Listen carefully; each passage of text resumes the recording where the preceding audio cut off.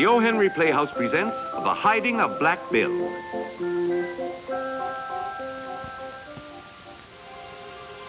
Against the tranquil background of a sheep ranch, O. Henry wrote one of his most suspenseful stories, The Hiding of Black Bill. Utilizing his great talent, O. Henry skillfully combined crime and fear as he told the story of three men. The first was Clem Ogden. O. Henry described him as a crafty man with something to hide, something so important that it had quietly caused a wall of fear to grow around his mind. The growth had been so gradual, Clem was unaware that it was there, yet it had reached the final stage, for now a sudden burst of laughter made him wary, and with the wariness, Clem discovered a new taste, the taste of fear. The second man was Hawk Jeffers. He knew Clem's secret, but he felt no fear. However, his knowledge destined him to eventually walk hand in hand with it. What's funny? That's kind of personal. Any objection? You're hired to herd sheep. I don't see any sheep around here. Maybe I do. Just waiting to be sheared.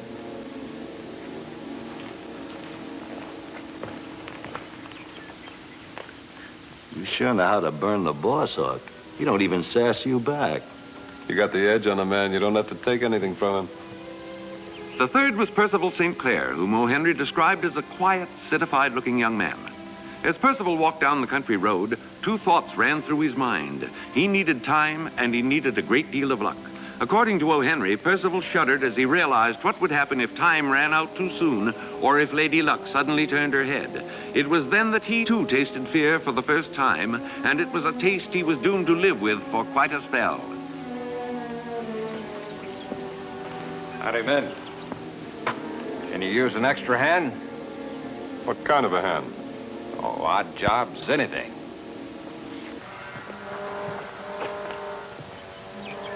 What is this? Oh, no harm intended, stranger. We just don't like troublemakers around here. Oh, I'm not armed, if that's what you mean. Now, the boss does the hiring. Where can I find him? The house. Thanks. Getting so you can't tell the sheep from the herders around here.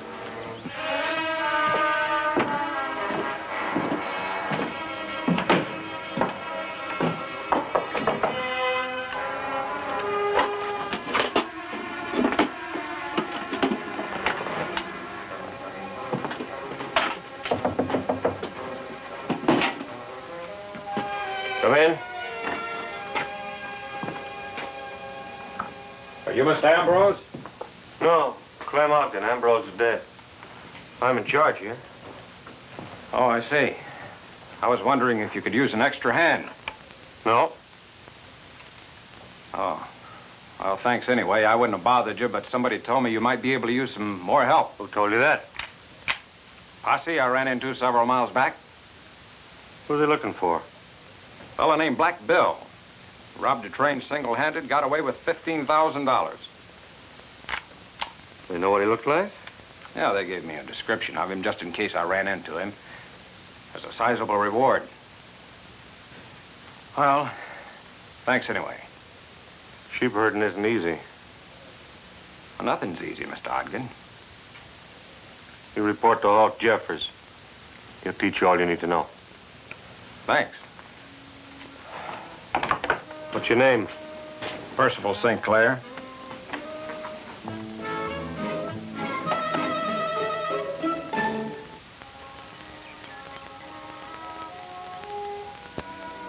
Now then, as Ogden stood there, gravely contemplating a new arrival, fear that discord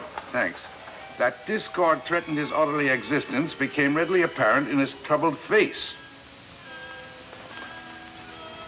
Thanks. I'll just keep this here.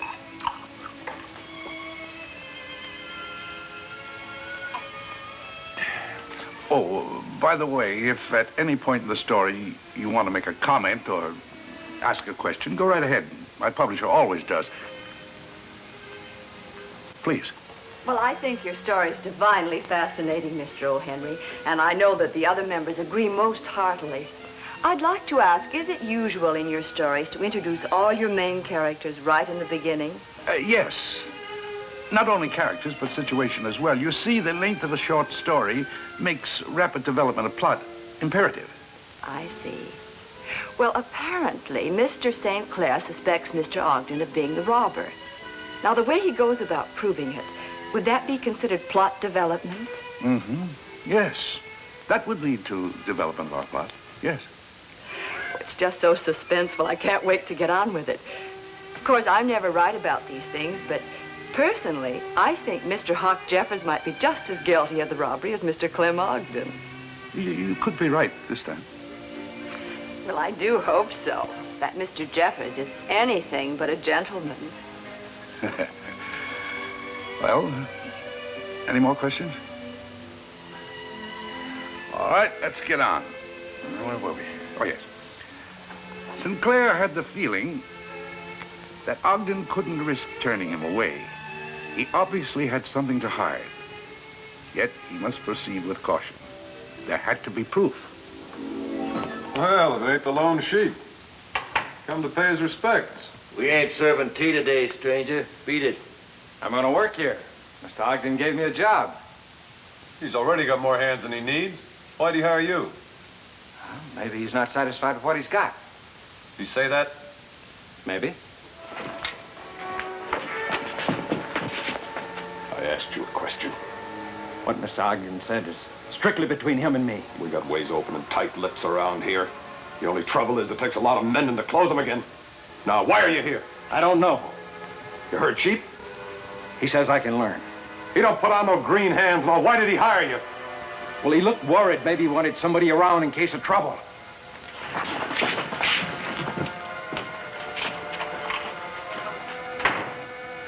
Your being here has anything to do with Hawk. Keep your nose clean. You ain't never seen a mess.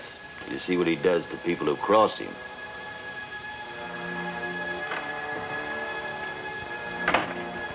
What's the idea of putting on a green hand? Thought you needed a little extra help, Hawk. That's a stinking lie. What are you getting, nervous, Ogden? Seems to me you're the nervous one. With what I got on you? I got nothing to be nervous about. And neither have you. As long as you keep paying me off, nobody's gonna know the truth about Get out you. of here, will you? I got work to do. You ain't told me yet. Why is he here? Some other time. I'm busy now. Don't get smart with me, Ogden. You get me mad enough and I go straight to the law. Now, why is he here? Because if he's who I think he is, he's better off here where I can keep an eye on him. You got brain fever? Did you take a good look at him? Before Ambrose died, he said we could expect that boy to show up at any time. He said he was looking for work. Did you look at his hands and those clothes? He never made a living out of doors. If you're right. Then you'll have to do something about it, Hawk. Otherwise, those payments you've been squeezing out of me aren't going to go on much longer. Now get out of here, get back to your work, and let me get to mine.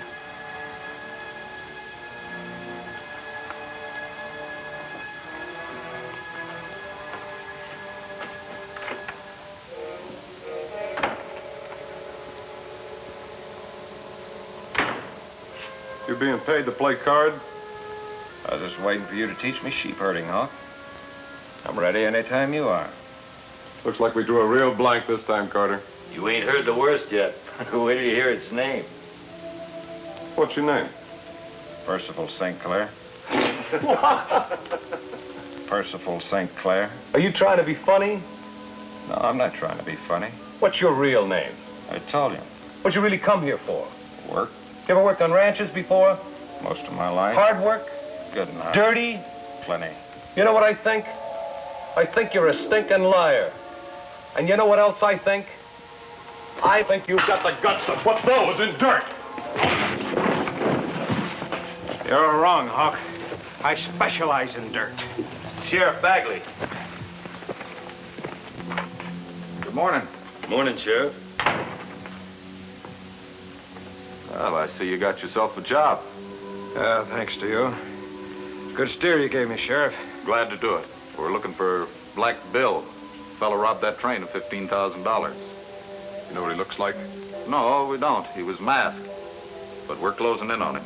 The bills he got were all first-issue currency to the Second National Bank of Espinosa City.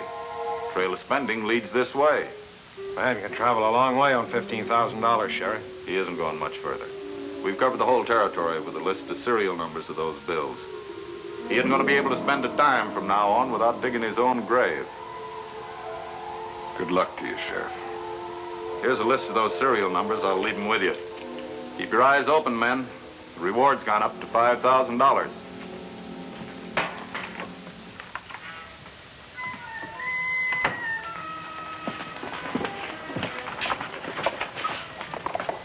I ain't through with you.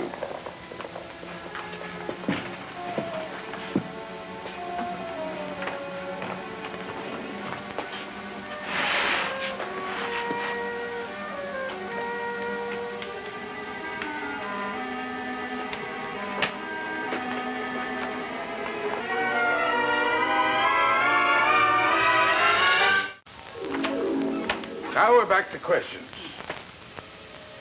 Please, hope you don't mind my smoking so much. Well, I seem to be monopolizing the floor. Now, please don't let me do that, or I'll talk my fool head off. Go right ahead. I think your story is just too intriguing for words, Mr. O'Henry. Thank you. I just didn't dream that that nice Mr. St. Clair was Black Bill the robber. And just when I was beginning to like him so. You know, Bill did have a way about him. You'll find, madam, throughout the ages that the most ingenious criminals were men with dual personalities. Maybe that's what made them hard to catch. I see. Now I have a question. In practically every one of your stories, the surprise, well, I guess you'd call it the twist, comes at the end. This time you've put the twist right smack in the middle. Is that proper, Mr. O'Henry, or are you just a nonconformist?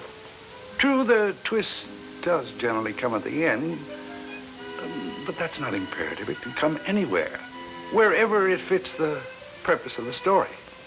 Well, I wish there was some rule for the kind of story I seem to excel at. No twist from beginning to end. There is a rule about such stories, madam. Don't write them. You see, the danger of the early twist, it might make the rest of your tale an anticlimax, and that disappoints the reader. Oh, well, I know that you're not going to disappoint us, Mr. O'Henry. I hope not. May I ask one further question, and then I'll sit down and let you continue? Please do.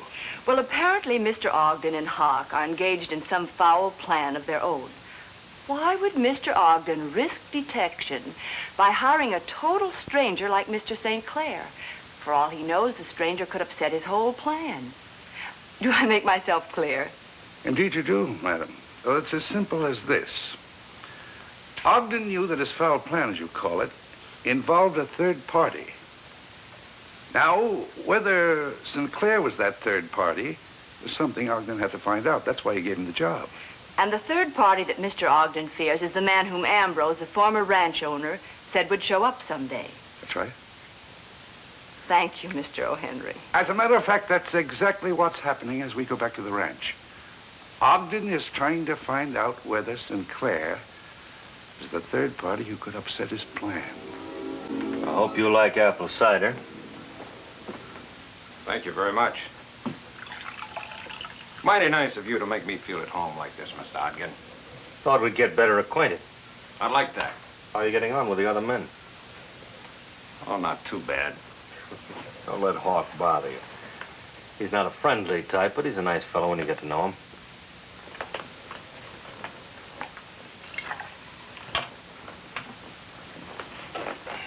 Speaking of Hawk, he tells me the sheriff came to call today looking for Black Bill.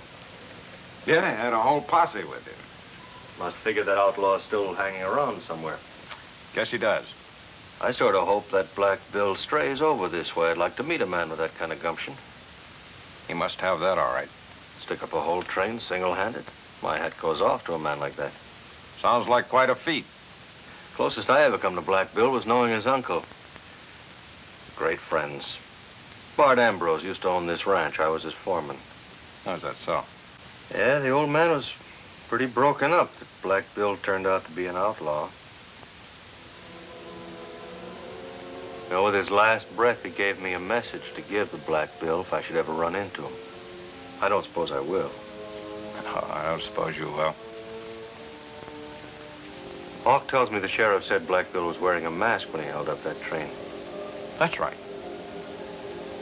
That's so. How is it the day you came here looking for a job, you said the posse gave you a description of it? Well, it was a general description. Oh, I see. Have some more cider. Thank you. After that, Percival became a regular visitor at the ranch house. When he wasn't invited, even when he wasn't invited, he invented a reason for calling.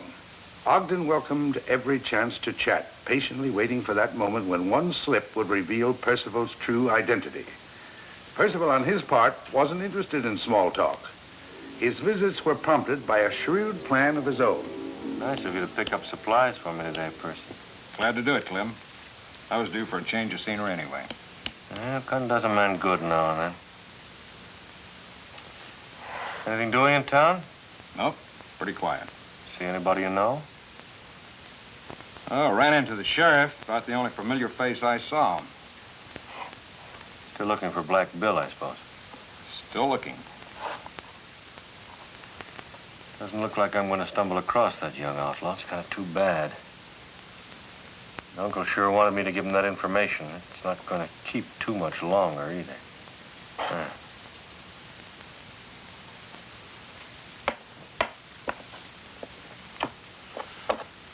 Hate to play checkers with you for a living. Set him up again? Oh, I think I'll be turning in. All right. I'll give you a return match tomorrow night, Clem. I got a feeling tomorrow night's your night. All right. Night. Tomorrow night.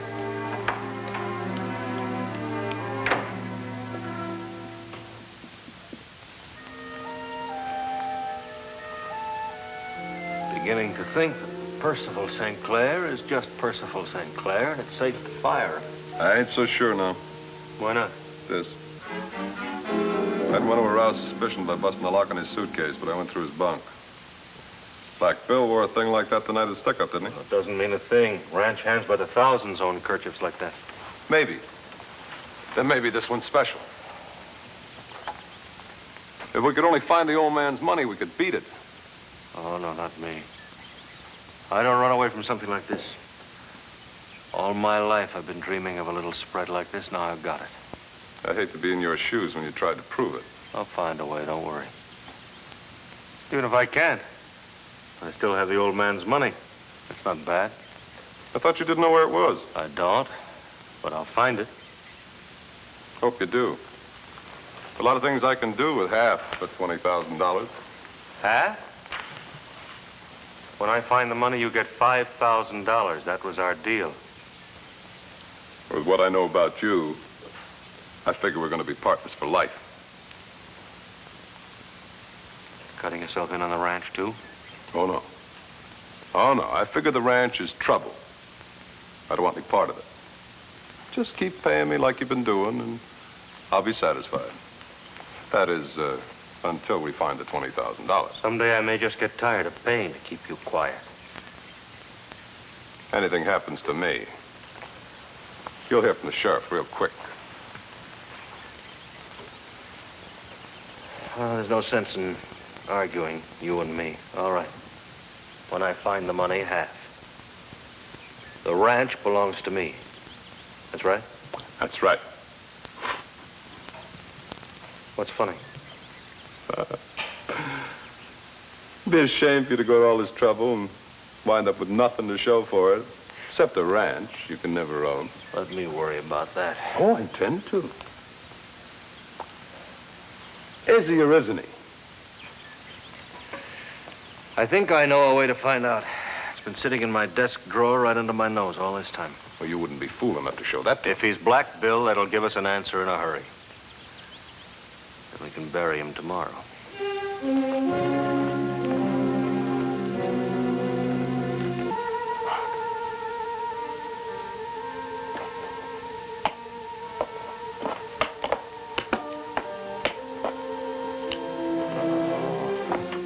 All right, I quit. You were wrong about my winning tonight. Fella gets the wrong hunch every now and then. Yeah. I had one about you for quite a spell. Really? What kind of a hunch? That you're Black Bill. Imagine my thinking a nice, gentle fellow like you is Black Bill, famous outlaw. But I was so sure of it, I kept a paper right there in that drawer for you. Paper? Yeah, the message Bart Ambrose left with me for Bill. Oh. Bart always figured Bill would come back home someday. What kind of a message? Token of forgiveness, I guess you'd say.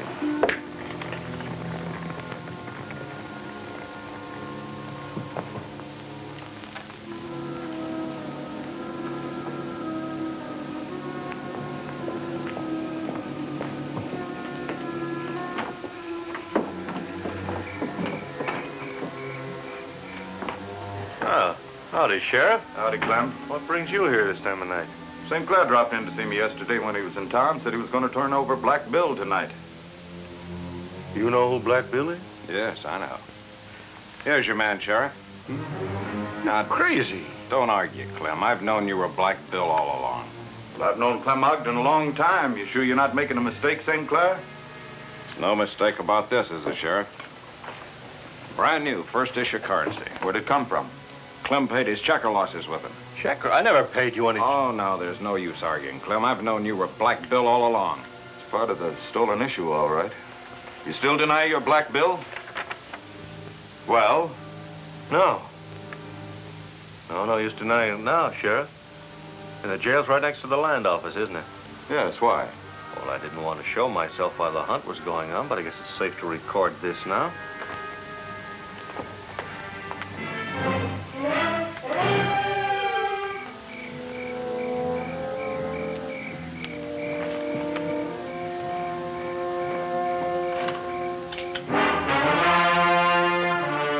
It for me, Sheriff? Yes, I'll record it. Now move.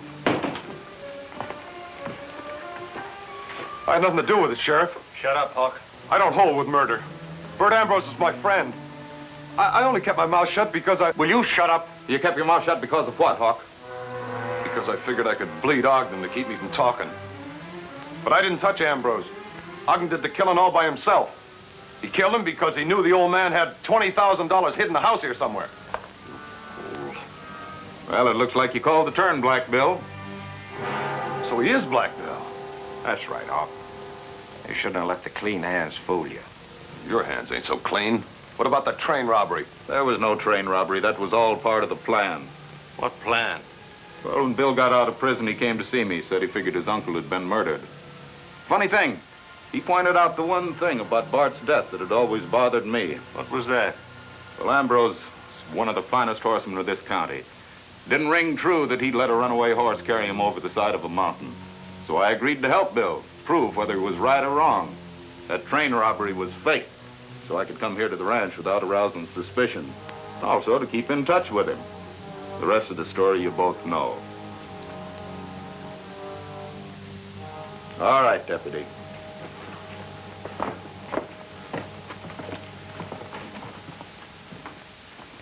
You know, Sheriff, until Hawk panicked, I was real worried. Why? Like we had planned. Accusing Clem of being Black Bill was just an excuse for you to arrest him so you could start questioning him about my uncle's death, right? Mm-hmm. Well, when he happily confessed to being me, it really threw me for a loss. I thought our whole plan was shot to pieces. Wonder why he wanted to be Black Bill. Well, I sort of wondered about it, too, until I read this. Seems your uncle was real fond of you, because he deeded his whole ranch to Black Bill. Now, if you don't mind, I'll just record that in town like Ogden wanted me to do.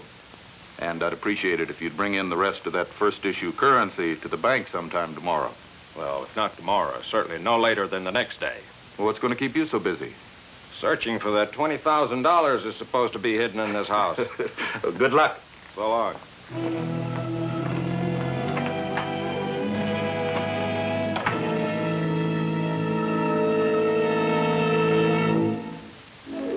Now then, any more questions? Oh, it was a fascinating story, Mr. O'Henry. And you just can't imagine how relieved I am about Percival. I just knew he was a good man. But I do have a few questions. Oh, please ask them. Well, Percival, did he ever find his uncle's money?